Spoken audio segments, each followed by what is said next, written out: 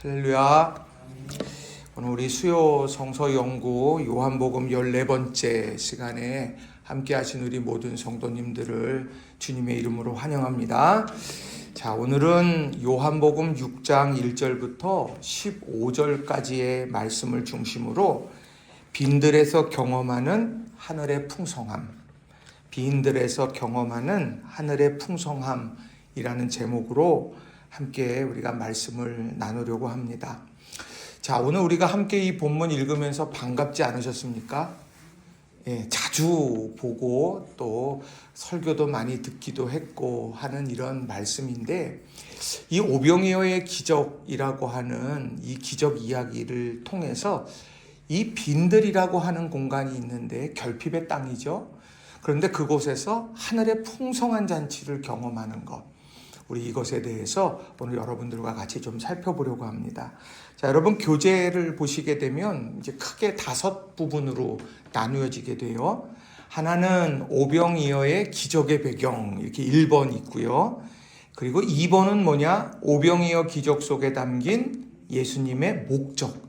그러니까 이 오병이어의 기적이 있는데 이 기적을 통해서 일깨워주고자 하셨던 그런 예수님의 목적이 있다는 거예요. 자, 3번째는 빈들의 위기에 대한 3가지 반응. 그 위기 속에서 어떤 반응들이 있었는가 그렇게 보게 되고요. 자, 그리고 4번째로 뭐냐? 3페이지에 보시면 빈들의 기적의 과정. 이제 그 과정에 대해서 나오고, 그리고 마지막 4페이지에 보시게 되면 미스프린트가 됐어요. 그 4번이 아니라 5번이에요. 기적의 자리에서 실패한 군중들이 있어요. 그래서 이렇게 크게 5가지로 여러분들과 같이 좀 살펴보려고 합니다. 자, 차례대로 우리가 좀 살펴볼 텐데, 자, 오병이어의 기적의 배경이 있습니다. 자, 우리 6장 1절부터 4절까지 말씀 거기를 우리 함께 읽겠습니다. 시작. 그 후에 예수께서 디베랴의 갈릴리 바다 건너편으로 가시매 큰 무리가 따르니 이는 병자들에게 행하시는 표적을 보았음이러라. 예수께서 산에 오르사 제자들과 함께 거기 앉으시니 마침 유대인의 명절인 유월절이 가까운지라. 아멘. 이제 유월절의 명절인 유월절이라고 하는 이 명절이 가까운 시즌입니다. 그러니까 상상해 보면 지금 유월절 절기를 지키기 위해서 사람들이 지금 온 유대 땅에 지금 막 가득한 거예요. 이스라엘 땅에 사람들이 지금 막 외국에서도 몰려오고 예루살렘 성에도 몰려가고 막 지금 이런 상황 속에 있다는 겁니다. 자, 그럼 유월절은 어떤 날인가 보면 건너가다라는 뜻이잖아요. 그래서 출애굽을 할 때 마지막에 이 애굽에 있던 모든 장자들, 또 모든 짐승의 첫 새끼를 다 거두어 가게 되는 그때 죽음의 사자가 이 문지방 문설주에 이렇게 어린 양의 피를 발라놓게 되면 건너갔다. 그래서 구원함을 받았다. 죽을 수밖에 없는 운명이었는데 하나님이 살려주셨다. 이제 이런 구원에 대한 고백이 유월절의 중요한 고백이고, 그리고 그 순간의 그런 구원이 아니라 약속의 땅으로 이렇게 쭉 가게 되는, 광야를 지나 약속의 땅으로 가게 되는 그 일련의 과정들에 대해서 고백하고 그것을 붙잡는 과정, 이 절기가 유월절 절기라는 거예요. 자, 광야에서 주로 뭘 먹었습니까? 만나를 많이 먹었잖아요. 그것처럼요, 오늘 하나님의 돌보심에 대한 고백도 이 유월절에 담겨 있다는 겁니다. 그러니까 이 오병이어의 기적이라고 하는 이 절기의 배경은 유월절이라고 하는 거예요.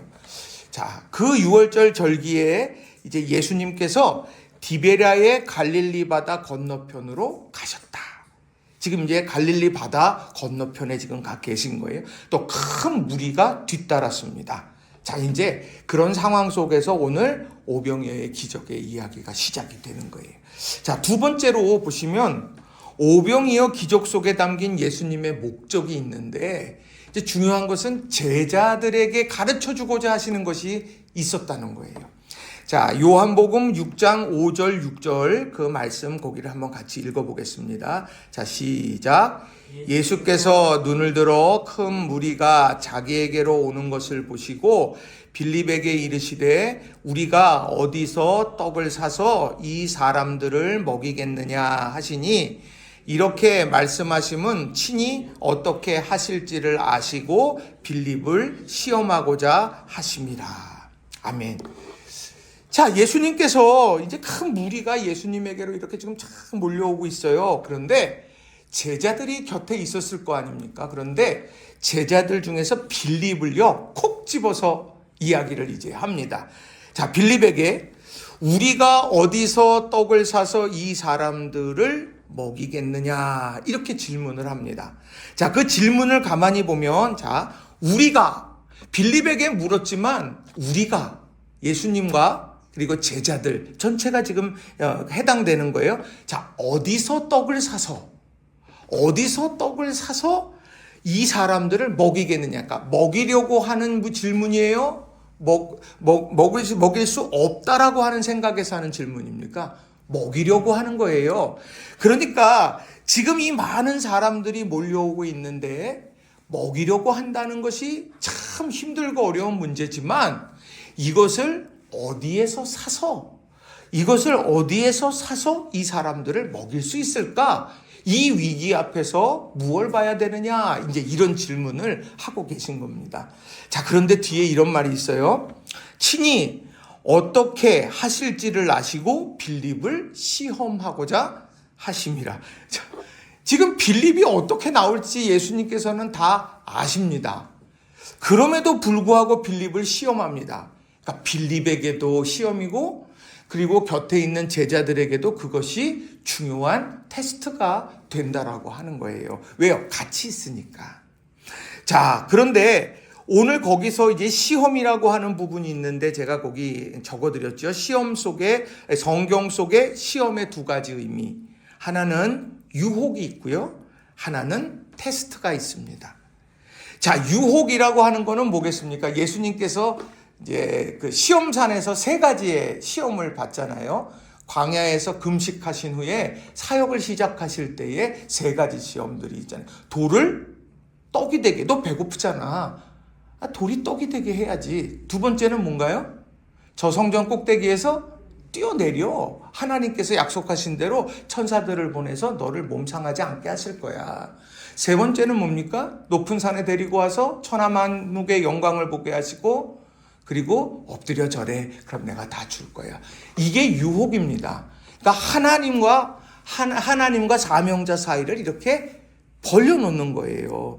그리고 무너지게 만드는 겁니다. 이게 바로 이 유혹, 시험이라고 이제 그 성경에 쓰여지지만 이것은 유혹입니다. 근데 반대로요, 하나님이 믿음을 성장시키기 위해 다루시는 테스트가 있어요. 그 대표적인 것이 아브라함이죠. 아브라함이 어땠습니까? 내 아들 독자 이삭을 내게 바쳐라. 지시하는 산에 가서 바쳐라. 라고 했었을 때 하나님께서는 내가 이제 너가 나를 경외하는 줄 이제 알겠다. 하나님이 그런 테스트를 하셨다라는 거예요. 그러니까 이 시험이라고 하는 단어를 딱 놓고 볼 때 야, 이게 유혹이냐 아니면 테스트냐 라고 하는 것을 우리가 늘 주의해서 볼 필요가 있습니다. 자, 그렇다고 하면 오늘 빌립을 시험하고자 하셨다. 이 시험은 테스트일까요? 유혹일까요? 네, 테스트인 거예요, 지금요.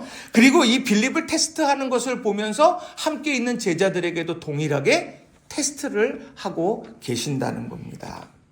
자, 그래서 오늘 그 시험의 중요한 부분이 무엇이냐 하면 바로 빌립의 영적인 시선이 어디를 향해 가고 있느냐. 이 위기 속에서 영적인 시선, 장소 어디서 먹일까? 사서 먹일까? 떡집이 어디 있어? 지금 이게 중요한 질문이 아니라 바로 생명의 떡이신 예수님. 그 예수님에게서 이것을 살린다. 이런 영적인 시선에 대한 테스트들하는 거예요. 두 번째는 뭐냐? 위기를 기회로 어떻게 바꿀 거냐? 빈들, 위기입니다. 그렇죠? 자, 그런데 이 빈들에서 어떤 일들이 일어나느냐 하면은요, 결핍이라는 것이 있습니다. 자, 결핍이라고 하는 것, 우리가 5인분에 먹을 것이 있는데 5명이 있으면 그건 문제되는 것이 아닙니다.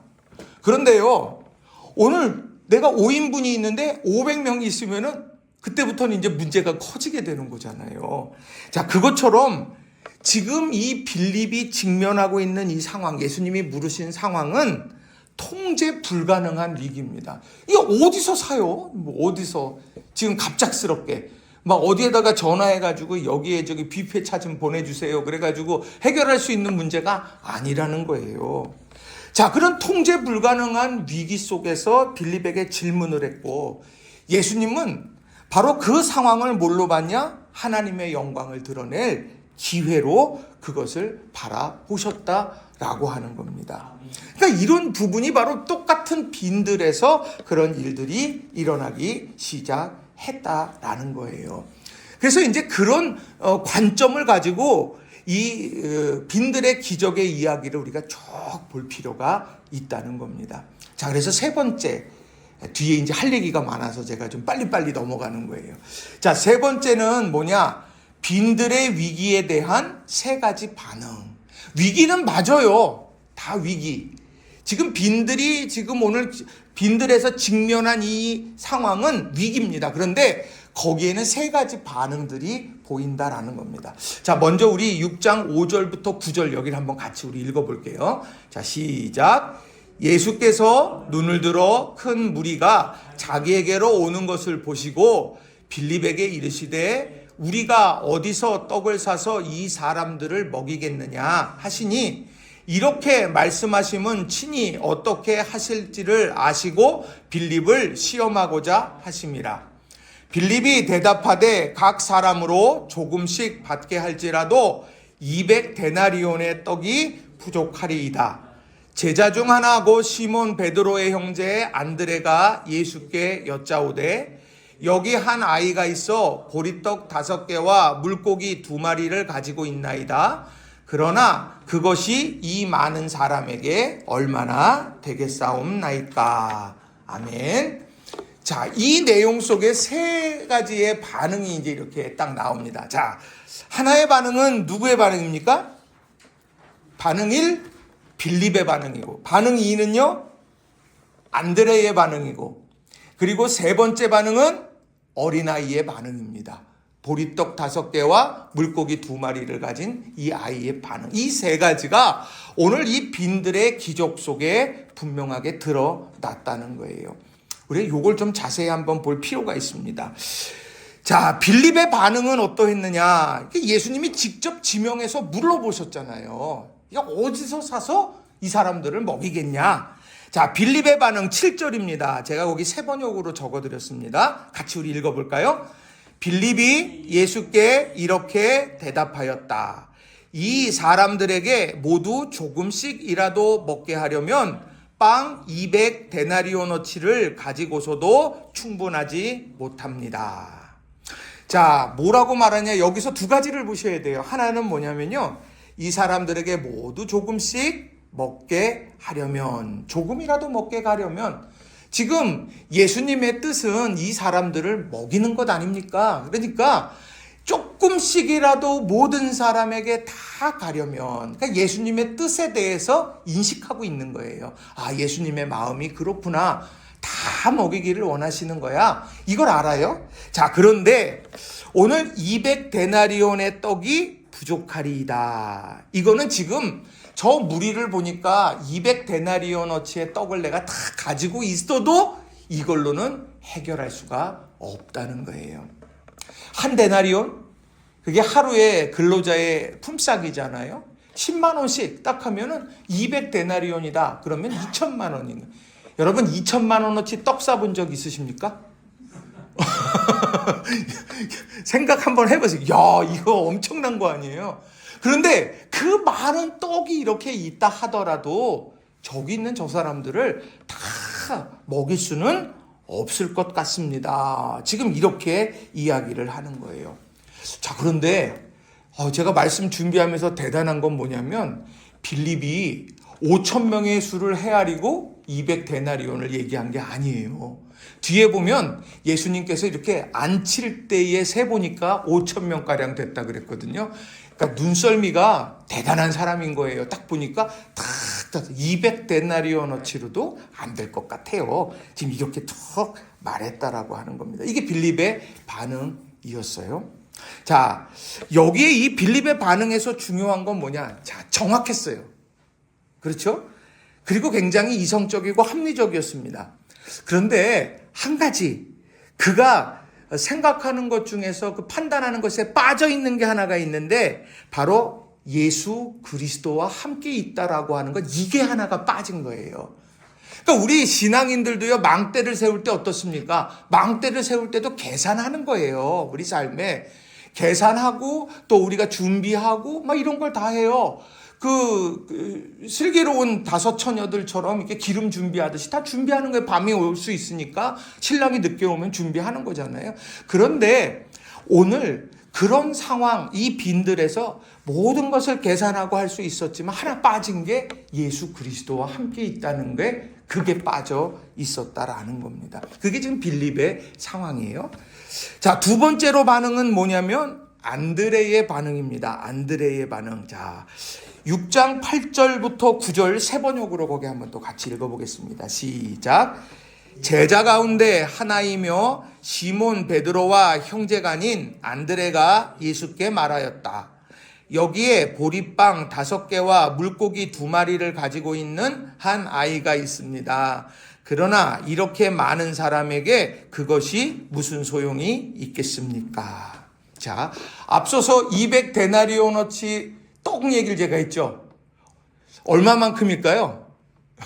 엄청 많을 거예요. 그런데요, 오늘 그렇게 그걸로도 다 되지 않겠습니다 생각하는 그 상황 속에 오늘 안드레가 어떻게 해요? 애 하나를 데리고 왔어요. 와서 보리빵 5개와 물고기 2마리를 가지고 있는 한 아이가 있습니다. 자, 2천만 원어치 떡과 물고기가 이만큼 있어야 되는데 아이 하나를 데리고 이렇게 와서 보리떡 5개와 물고기 2마리, 그 도시락 하나가 여기에 있습니다. 지금 이렇게 이야기를 하고 있어요. 자, 이 상식적으로 놓고 보면 뭐라 그러겠어요? 장난하나? 지금 이 상황에 이게 되겠어? 지금 이렇게 충분하게 이야기할 수 있는 그런 상황이었다는 거예요. 안드레가 용감한 걸까요? 안드레가 지금 아무 생각이 없는 걸까요? 아니요, 그렇지 않아요. 그가요, 이 반응을 보였다는 거에는 몇 가지가 있는데, 자, 첫 번째는 뭐냐? 책임을 지려는 그런 마음이 그에게 있었다라는 겁니다. 자, 여러분 그 교재에 제가 평행본문 이래서 적어드렸어요. 자, 그 평행본문은 뭐냐면 이 이야기가요, 이 오병이어의 기적 이야기가 마태복음에도 나오고 마가복음에도 나오고 누가복음에도 나오고 요한복음에도 나와요. 그러니까 이거는요, 모든 이제 이 공관복음 또 사복음서에서 중요하게 다룬다는 거예요. 자, 그런데 그 중에 마태복음 14장 16절에 보면 뭐라고 말씀하냐? 저희 같이 한번 읽어보겠습니다. 시작. 예수께서 이르시되 갈 것 없다 너희가 먹을 것을 주라.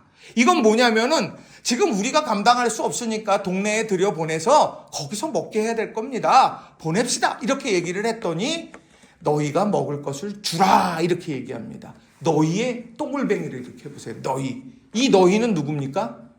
제자들인 거예요.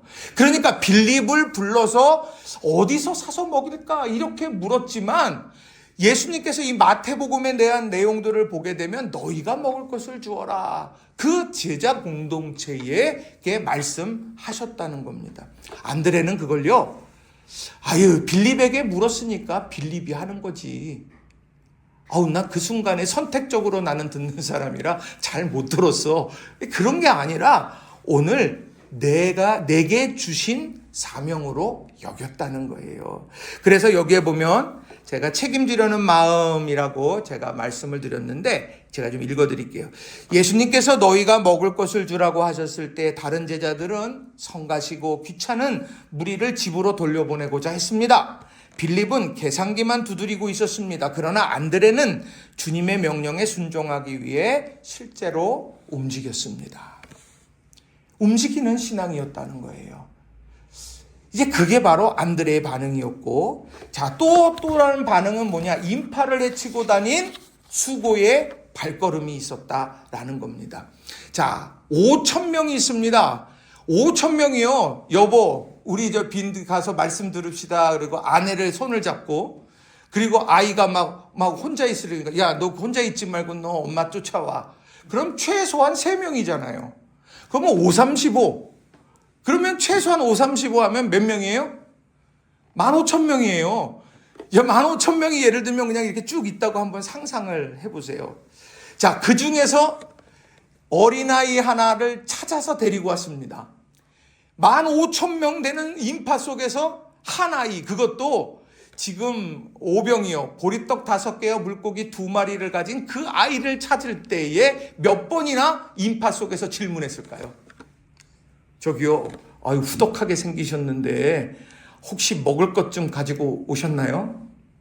그럼 뭐 예를 들면 또, 아이고, 저기 어르신 혹시 뭐 먹을 거 없으신가요? 뭐 예를 들면 뭐 아주머니 뭐 없었어요? 뭐 이런 거를 수도 없이 반복적으로 물어보았을 거라는 거죠. 그가 인파를 헤치고 수고하면서 그 푸고의 발걸음으로 그 주님께서 너희가 먹을 것을 주라 라고 하는 그 말씀, 그것을 이루려고 애쓰고 노력했다는 거죠. 또 세 번째, 이게 중요한데요. 자, 인간적 회의를 뛰어넘는 순종이었다는 거예요. 자, 이거면 됐어. 이러지 않았다는 이야기예요. 자, 이 어린아이를 잡았어. 그러니까 이 어린아이를 데리고 가면 그럼 내가 다야. 이건 완벽해. 모든 게 다 충분해져. 이게 아니라는 거예요. 그가요, 이 아이를 데리고 예수님에게 데리고 가면서 예수님에게 뭐라고 말씀하냐면, 이 많은 사람이 있는데 이게 얼마나 되겠습니까? 충분하지 않을 거 알아요. 라고 그렇게 말하면서 이 아이의 오병이어를 예수님의 손에 올려드렸다라는 거죠.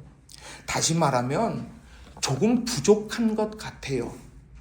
그런데 그 조금 부족한 믿음, 조금 부족한 헌신, 조금 부족한 생각, 뭐 이런 모든 것들이요, 그것이 주님 앞에 온전히 들려지게 될 때 그것이 빈들의 기적을 만들었다. 이것을 우리가 주목해서 보아야 한다는 거예요. 그런 의미에서요, 기적의 역사는 완전할 때 이루어지는 게 아니라요, 최선을 다할 때, 하나님 앞에 최선을 다할 때 그때에 이루어지게 된다. 빈들의 기적은. 자, 거기 우리 같이 한번 읽어보겠습니다. 안드레는 그 단락 한번 읽어볼게요. 시작. 안드레는 빌립처럼 계산만 하고 머물러 있지 않았습니다. 무리 가운데로 들어가 보리떡 5개와 물고기 2마리를 가진 한 아이를 찾아내어 예수님께 데려옵니다. 비록 안드레 역시 이것이 얼마나 되겠사옵나이까라며 한계를 고백했지만 그는 결핍의 현장을 주님의 손에 올려드리는 다리 역할을 했습니다. 기적은 완벽한 확신에서 시작되는 것이 아니라 부족함 그대로를 주님께 내어 맡기는 작은 발걸음에서 시작됩니다. 아멘. 그러니까 우리가 늘 기억해야 될 것은 완전하다. 그걸 바라보면서 오늘 쭉 달려가지만 최선을 다하고 있느냐, 이게 제일 중요하다라고 하는 겁니다. 여러분, 우리가 주님 앞에, 우리가 어느 사람이 주님 앞에 완전할 수가 있겠습니까? 없어요. 그렇지만 최선을 다하는 삶, 이게 오늘 어린아이는 어린아이대로, 어른은 어른대로 우리가 최선의 노력을 다하면서 우리가 살아가게 될 때 거기가 빈들이다. 주님께서 그 자리에 함께 계시면서 기적의 역사를 이루신다. 여러분, 이걸 믿고 고백하며 또 최선의 삶을 살아가는 저와 여러분 다 되시길 주님의 이름으로 축원합니다.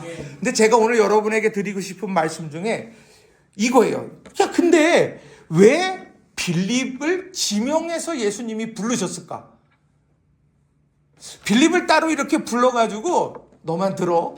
요거 해갖고 요거 좀 해와. 너는 저기 특수요원이야. 그래서 뭘 물어본 게 아니에요. 제자들 다 있는데 빌립을 딱 해가지고 빌립에게 이제 물었던 거예요. 자, 왜 빌립을 지명해서 불렀을까? 자, 6장 5절 6절 세 번역 말씀으로 제가 좀 읽어드릴게요. 예수께서 눈을 들어서 큰 무리가 자기에게로 모여드는 것을 보시고 빌립에게 말씀하셨다. 우리가 어디에서 빵을 사다가 이 사람들을 먹이겠느냐? 예수께서는 빌립을 시험해 보시고자 이렇게 말씀하신 것이었다. 예수께서는 자기가 하실 일을 잘 알고 계셨던 것이다. 자, 그런데 이 말씀이요, 여기 이 빈들의 위치가 어디냐? 자, 평행본문 누가복음 9장 10절을 보시게 되면, 자, 거기에 어느 지역이라고 나옵니까? 사도들이 돌아와 자기들이 행한 모든 것을 예수께 여쭈니 데리시고 따로 벳세다라는 고을로 떠나가셨어요. 거기에 사람들이 몰려들었고 거기에서 하나님 주님께서 그들에게 먹을 것을 주라 이렇게 말씀하신 곳이 벳세다라는 거예요. 자, 그런데 요한복음 1장 44절에 보니까 그 벳세다가 고향인 제자들이 있었어요. 자, 3페이지에 보세요. 요한복음 1장 44절 거기 읽어봅니다. 시작. 빌립은 안드레와 베드로와 한 동네 벳세다 사람이라. 그러니까 예수님이 지금 빈들로 가셨는데 벳세다 지역에서 지금 막 무리들이 몰려오니까 그 무리들에게 어떻게 먹을 것을 줄까? 그래서 빌립에게 물었던 거예요. 그러니까 겉에서 그냥 봤을 때는 당연한 겁니다. 당연한 거예요.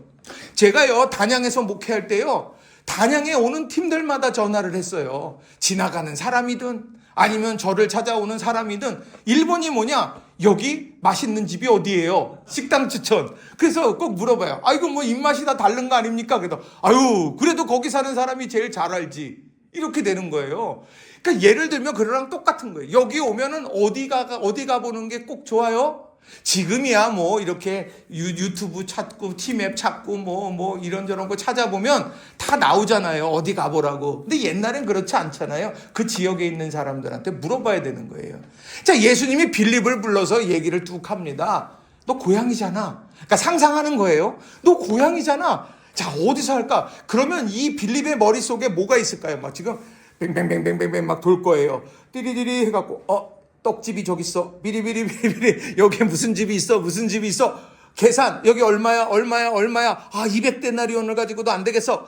이게 쫙 정리가 되고 있다라고 하는 거죠. 그러니까 오늘 여기에서 200데나리온이라고 하는 가격도 금방 이 빌립이 이야기를 했습니다. 왜요? 잘 아는 지역이에요. 잘 아는 곳이. 여기서 살 수가 없어요. 주님, 여기 살 수 없으니까 동네로 보냅시다. 그렇게 말할 수밖에 없었던 것도 잘 알고 있기 때문이라고 하는 겁니다. 그러니까 이 이야기는 무엇이냐?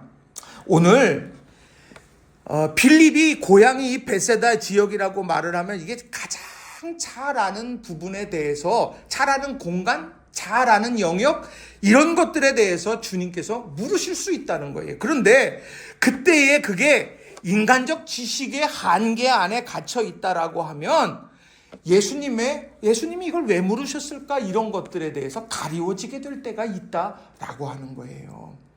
우리가 어떤 거 보면 내가 너무 잘 알기 때문에 주님의 말씀이 강하게 들어오지 못할 때가 있다라고 하는 거죠. 그 말씀 너무도 잘 아니까 이렇게 되면 결과는 이렇게 될 거야. 내가 잘 아는 영역일수록 더 힘들고 어렵더라는 거예요. 그러니 오늘 우리 삶에 내가 확실한 경험도 있고 확실한 지식도 있고 지혜가 있어. 그런데 그곳에서도 하나님께서 역사하시고 주님께서 역사하시고 주님께서 어떻게 거기를 다루어 가실지 우리는 그것에 대해서 열려있는 마음을 가지고 있어야 되는. 근데 빌립은 그걸 못했어요. 근데 반대로 누가 그것에 대해서 열려 있었느냐 보면 안드레가 열려 있었다는 거예요. 다시 요한복음 1장 44절을 보면 빌립은 안드레와 베드로와 한 동네 벳세다 사람이다. 안드레도 동양 사람이었다는 거예요. 벳세다 사람. 그런데 안드레는 어떻게 했습니까? 아이 찾아 산말리, 오병이어 찾아 산말리, 너희가 먹을 것을 주라. 그래서 그 말씀 붙들고 여기저기 다니면서 그 일들을 이루어 가더라는 거죠. 그러니까 우리가 항상 주님께서 테스트를 한다 그랬을 때 우리가 잘 아는 영역에서 테스트할 때가 참 많은 것 같아요. 저마다 다 달라요. 그렇지만 우리가 자부하거나 우리가 여기 잘한다고 생각하는 부분들, 그곳에서 테스트를 한다. 그러면 어떨까? 자, 하나님께서 아브라함을 내가 지시하는 산으로 가서 내게 번제로 바치라고 말합니다. 자, 가장 이 이삭이 탄생할 때까지 가장 기도 많이 한 사람이 아브라함이었을 거예요. 약속도 직접 받았고요. 그가 자라날 동안 기르고 누구보다도 이삭을 잘 알았고 사랑했을 거예요. 근데 하나님께서 그것에 대해서 내가 지시하는 땅으로 가서, 산으로 가서 바치라, 이런 얘기를 하시더라는 거죠. 테스트. 우리는 이런 부분들에 대해서 늘 우리가 기억해야 된다라고 하는 겁니다. 자, 세 번째 반응은 뭐냐면요, 순수한 어린아이의 전적인 헌신인 거예요. 전적인 헌신. 자, 아이가 가져온 보리떡은 뭐냐면요, 가난한 사람들이 먹던 거칠고 값싼 양식이에요. 자, 거기에 그 값싼 양식, 물고기는 뭐냐면요, 우리가 무슨 이런 식당에 가서 고등어 정식 주세요, 무슨 이면수 정식 주세요, 그렇게 해서 화덕에서 구워가지고 막 이렇게 먹는 그런 고급 요리가 아닙니다. 이건 뭐냐면요, 물고기 중에서요, 아주 자그마한 이 손가락만 조금 자그마한 이런 것들을 가지고 이렇게 절여가지고 정어리처럼 절여가지고, 난 정어리 잘 모르지만 이 책에 보니까 정어리라고 표현을 해서 내가 얘기하는 거예요. 자, 정어리만한 요만한 정도 10cm 정도 되는 정어리, 이런 것들을요 소금에 절인대요. 상할까봐. 그래서 그것을 오늘 보리밥에다가 이렇게 얹혀가지고 이렇게 먹는 거. 그래서 끼니를 때우는 것, 이런 것들을 이야기하는 거랍니다. 자, 이거 누가 싸줬겠어요? 어머니가. 예를 들면 혹시 그 자리에 있었는지도 몰라요, 어머니가 같이. 그런데 어찌됐건 그걸 가지고서 이렇게 있는데, 그것을 지금 안드레가 뭐라고 얘기했겠습니까? 우리가 주님께서 이걸 먹을 걸 찾으신다, 우리 보러 이거를 너희가 먹을 걸 주라고 하시는데 동참하지 않으련? 그렇게 했을 때 이 아이는 자기가 가진 모든 것들을 이렇게 그것을 전적으로 헌신하더라는 거죠. 자, 그랬더니 그거예요, 가난한 한 아이의 한 끼의 점심 식사, 도시락이 아니라요, 그것이 결국 주님의 손에 들려져서 하늘의 양식으로 바뀌어지게 되는 거. 이게 바로 빈들에서 이루어지게 되더라는 거죠. 그러니까 이런 빈들에서요, 이런 과정들, 이런 여러 가지 반응들이 오늘 여기에 기록이 되고 있다는 겁니다. 그러니까 중요한 건 빌립의 반응도 있고, 안드레의 반응도 있고, 어린아이의 반응도 있고, 이게 빈들이라고 하는 그런 결핍의 상황 속에서 벌어지게 되는 중요한 반응들이라고 하는 겁니다. 나는 어떤 반응, 어떤 사람일까? 우리가 정말 중요하게, 우리 안드레라고 하는 것, 안드레라고 하는 이 사람 참 보이지 않고 드러나지 않고, 그러나 그가 최선의 노력을 다해서 이런 책임을 가지고 또 행동하는 신앙으로 모든 일들을 이루어간다라고 하는 것, 참 아름다운 모습이에요. 빌립도 마찬가지예요. 빌립 계산하고 그것에 대해서 진단하고 필요한 게 뭘까? 이건 필요한 거죠. 근데 거기에 예수님이라고 하는 상수가 함께하게 될 때 완성이 되어지는 거예요. 어린아이의 전적인 헌신, 그 헌신이 이런 빈들의 기적을 통해서 확장되어져 가는 거, 이게 파급되어져 간다라고 하는 것도 아주 귀한 의미 있는 일들이라는 겁니다. 자, 네 번째로 이제 가게 되면, 자, 빈들의 기적의 과정이 있습니다. 자, 6장 10절부터 13절 말씀을 같이 한번 읽어보겠습니다. 자, 시작.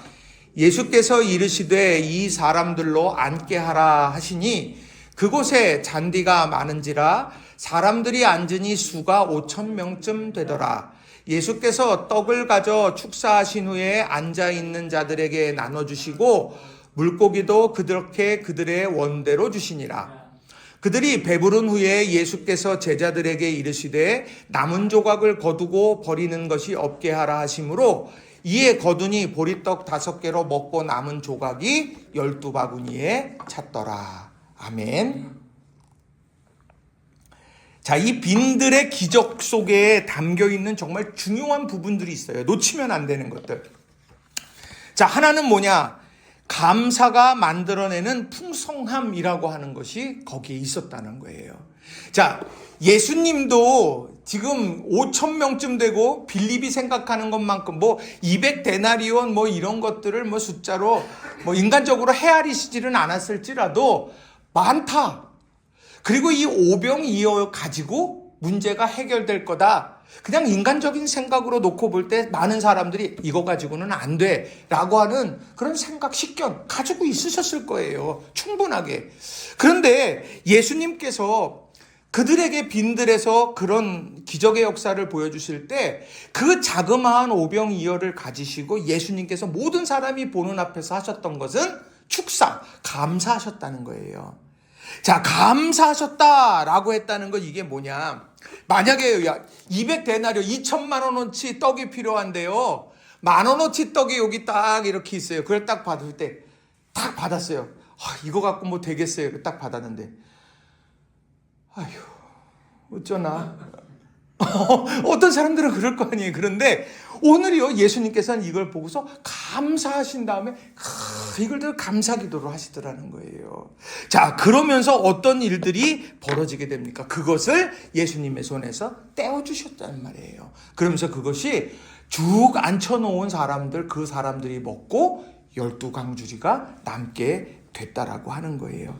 다시 말하면 오늘 자그마한 거예요. 지금 예수님의 손에 들려진 것이 작은 거야. 지금 사람들이 5천 명 이상이 그걸 보고 있는 거예요. 자, 그걸 보고 있는 그 사람들의 마음속에 되겠어? 그게 아니라 주님의 손에 들려졌다. 주님의 손에서부터 이 기적의 역사가 펼쳐지게 되는 거다. 주님의 손에 들려질 때 우리는 이것을 늘 기억해야 되는 거예요. 그래서 오늘 하루 하나님께서 내게 부어주시는 은혜들, 그리고 우리의 상황들, 이 상황들 속에서 감사의 기도가 항상 있는 것이 너무도 중요한 거예요. 빈들의 상황일수록 말이죠. 또 두 번째로는 뭐냐? 원대로 주시니라. 자, 빌립이 어떻게 됐습니까? 빌립이요, 처음에 조금씩만 주더라도 200데나리온으로 할 수 없습니다. 모자랍니다. 이렇게 이야기를 했고요. 안드레는 어떻게 했습니까? 이 많은 사람들에게 이 아이가 가진 오병이어가 얼마나 유익이 되겠습니까? 이렇게 해서 얘기했어요. 자, 그런데 오늘 주님께서는 어떻게 말씀을 하시느냐? 11절에 보면 예수께서 떡을 가져 축사하신 후에 앉아있는 자들에게 나눠주시고 물고기도 그들에게 그들의 원대로 주시니라. 자, 배가 고픈 상황에서요, 여러분 15,000명이 이제 15,000명이 이제 먹게 될 때 처음에 드시고 싶어요? 중간에 드시고 싶어요? 마지막에 드시고 싶어요? 네, 마지막까지 가서 이거 없으면 어떻게, 이런 막 조마조마하는 마음이 생길 거 아니에요. 기다리다 나 죽을지도 몰라, 뭐 이럴지도 몰라요. 그런데 오늘 어떻게 하고 있느냐? 그들이 원하는 대로 처음 사람이, 예를 들면 한옥순 권사님이 이렇게 하고 있는 거예요. 그 예수님께서 이렇게 해서 떡을 떼어서 주는데 이게 이만큼 떠줬어야 되는데 더 주세요. 그냥 예를 들면 계속, 근데 그 뒤에 신영남 권사님이 이렇게 하고 계시다가 또 이렇게 딱 했는데 한 권사보다 많이 줘야죠. 예를 들면 이렇게 돼서 점점 달라는 대로 점점 해요. 그럼 뒷사람들이 초조할까요? 안 초조할까요? 그냥 속으로 막 다른 사람 생각 좀 해야지. 앞에서 이렇게 달라 그러면 어떡해. 뭐 그럴 거 아니에요? 자, 그런데 오늘 그들의 원대로 주었는데 남았다? 안 남았다? 남게 됐다라고 하는 거예요. 이건 다른 것이 아니라요, 하나님의 완벽한 돌보심을 이야기하는 거예요. 완벽한 돌보심이 일어나지 않을 것 같은 빈들인데 하나님 앞에 그런 놀라운, 주님께서 그 일들을 이루어 가실 때 모든 사람들이 먹고도 남는 은혜, 아슬아슬한 은혜가 아니라 내장이 넘치는 넉넉한 친실하신 충만한 은혜가 그 빈들에서 주님의 손으로부터 시작이 됐다. 여러분, 이것을 꼭 기억하시고, 우리 주님은 우리에게 놀라운 은총으로 늘 함께 하시는 분이다. 여러분, 이걸 꼭 믿으시기를 주님의 이름으로 축원합니다. 아멘. 자, 그 다음에 중요한 말씀이 12절이에요. 12절.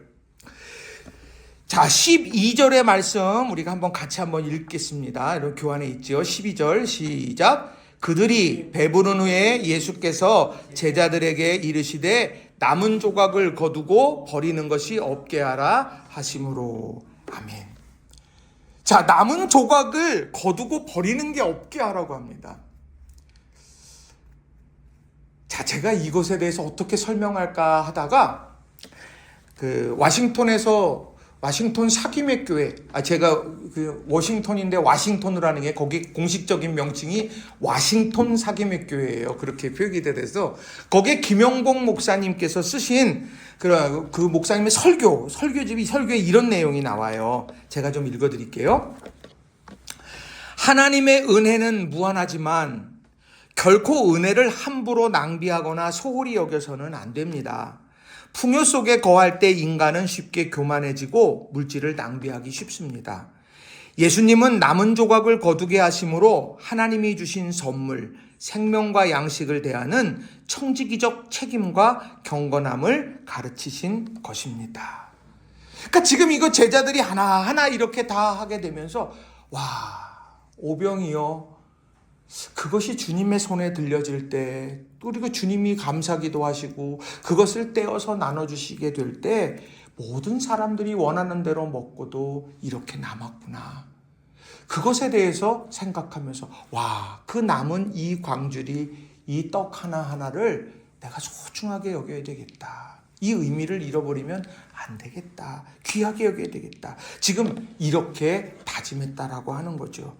그러니까 지금 내가 거두고 있는 이것, 하나님의 은혜로 내게 주셨다. 그렇다면 이것을 내가 책임을 가지고 이것을 사용해야 된다라고 하는 것, 이것을 이야기하고 있다는 거예요. 그리고 네 번째로 뭐가 나오냐? 남는 조각이 12바구니에 찼다. 13절에 보면 이에 거두니 보리떡 5개로 먹고 남은 조각이 12바구니에 찼더라. 자, 12바구니에 찼어요.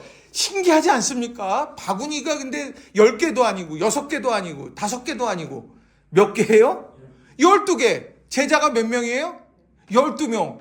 신기한 거잖아요. 그러니까 12개 바구니가 있다는 것도 참 딱 맞춰서. 자, 그런데 제일 중요한 건 뭐냐? 이 12개의 바구니를 제자들마다 하나씩 다 들었을 거라는 거죠. 근데 그 중에는 누가 있습니까?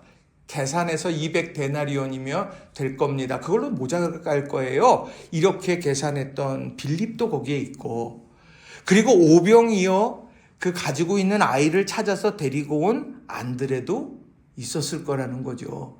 어디 그뿐입니까? 거기에서 그걸 어떻게, 애초에 무관심했던 제자들도 거기에 다 있을 거라는 거죠.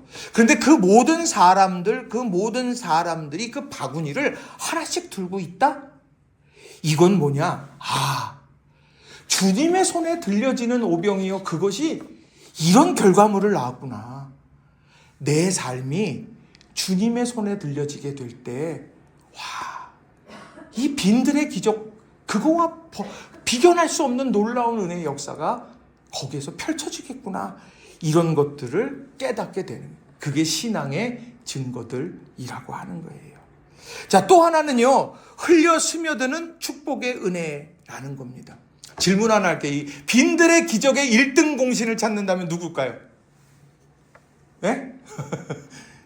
자, 그 오병이어를 가진 그 어린아이, 이름도 없어요. 오병이어에 가진 그 아이의 이름도 여긴 나오지 않아요. 그런데 이 아이가 1등 공신이다. 그럴 수 있어요. 그렇죠?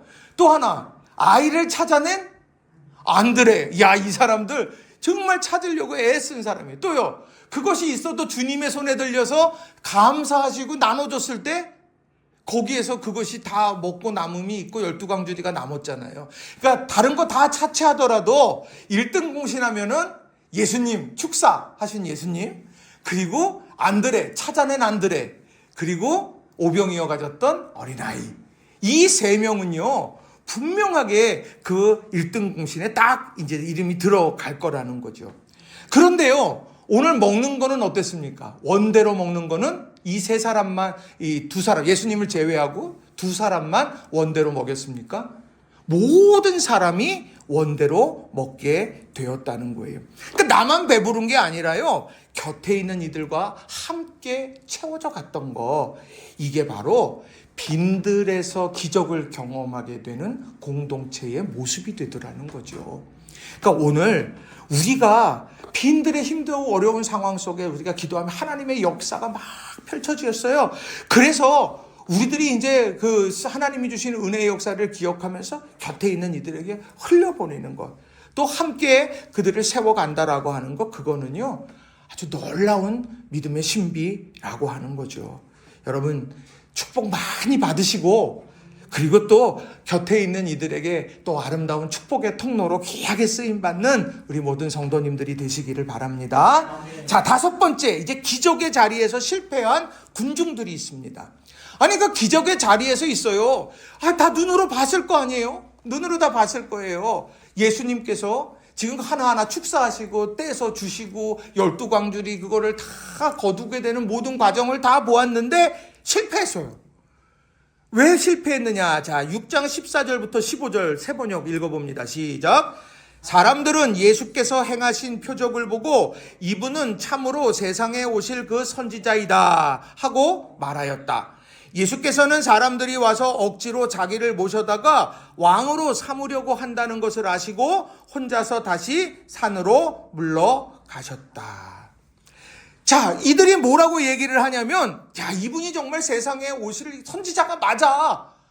이렇게 하면서 예수님에 대해서 고백하고 있지만 실상 그들의 내면은 뭐냐면 억지로 예수님을 모셔다가 왕으로 삼아요. 이유는 뭐예요?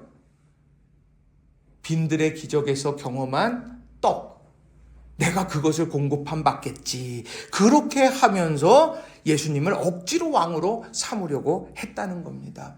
알라딘의 요술램프 아시죠? 이렇게 요술램프 이렇게 하면 누가 나와요? 지니가 나오잖아요. 알라딘 이 램프의 요정인가 이렇게 촥 나와서 뭐 해드릴까요? 딱 그러면 뭐 해줘요? 그러면 촥 막 하잖아요. 그리고 또 도라에몽 여러분 아세요 혹시요? 어린아이들 도라에몽 이렇게 해갖고 배에 이렇게 모든 게 있어요. 도라에몽한테 뭐 달라고 그러면 거기서 이렇게 꺼내가지고 막 이렇게 주고 막 그래요. 프로펠러 막 이렇게 달리고. 근데 중요한 건 뭐냐면 모든 것들을 이렇게 한 다음에 내가 필요한 것을 채워줘. 예수님 다 채워줘. 예수님이 누군지에 관심이 없는 거예요. 채워주면 돼. 그러면 그분이 예수님인 거야. 마치 그런 출애굽 과정에서 금송아지를 이렇게 만들어 놓고 하나님이라고 막 예배했던 것과 똑같은 거라는 거죠. 예수님께서는 그것을 보시고 어떠냐? 혼자서 다시 산으로 물러가시더라는 거죠. 예수님을 목적으로 대하지 않고 예수님을 수단으로 대하게 될 때 바로 이런 일들이 일어나게 되는 거고, 예수님이 입성하실 때 막 환호성을 지르다가 예수님을 십자가에 달려 죽이라고 막 그렇게 말하는 그런 군중, 선동대 받은 군중과 똑같다라고 하는 거예요. 자, 우리가 기적의 자리에서 믿음의 반응을 보였던 사람들과 또 기도의 그 빈들의 그 결핍의 상황에서 예수님께서 먹이셔서 배부름을 경험했던 사람과, 그런데 그 상황 속에서 예수님을 억지로 왕으로 삼아야 되겠다. 그래서 내 수단, 나에게 있어 램프의 요정처럼 그렇게 해야 되겠다 하는 사람, 이런 다양한 사람이 빈들에 있었다라고 하는 겁니다. 오늘 우리의 삶이 빈들의 삶과 같은 느껴질 때가 있죠. 그런데 우리가 이 빈들의 반응들, 의미들, 이런 모든 일들을 마음에 다시 한번 새기면서 우리가 신앙의 길을 걸어가는 저와 여러분 모두가 다 되시기를 바랍니다. 자, 결론의 말씀을 거기다 이렇게 제가 적어놨어요. 그냥. 자, 우리 삶에 수시로 아무것도 없는 빈들이 있어요. 결핍에서 완전한 사람은 아무도 없어요. 우리 상황적인 결핍, 그것이 없다? 그럼 내면에 막 여러 가지 막 결핍도 생겨나고 막 고립되는 것 같고 막 이제 여러 상황들이 잘 있습니다. 자, 그런데 오늘 그런 상황 속에서 우리가 기억해야 될 게 뭐냐?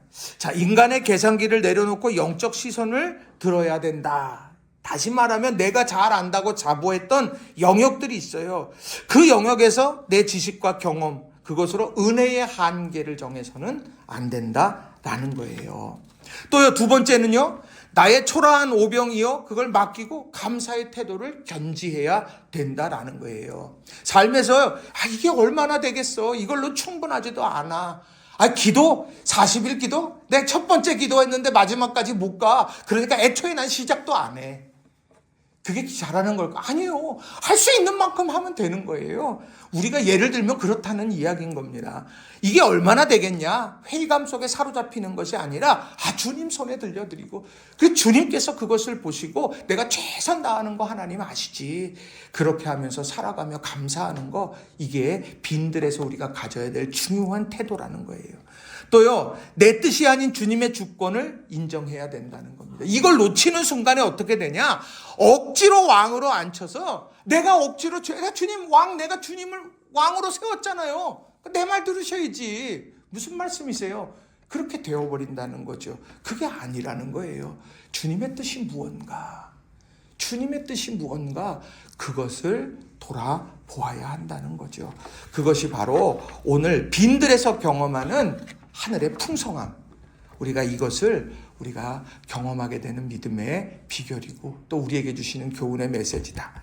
여러분, 광야 같은 세상 속에서 우리 믿음으로 또 하늘의 풍성함을 경험하시는 우리 낙원의 모든 성도님들 한 분 한 분이 되시기를 주님의 이름으로 간절히 축원합니다. 아멘.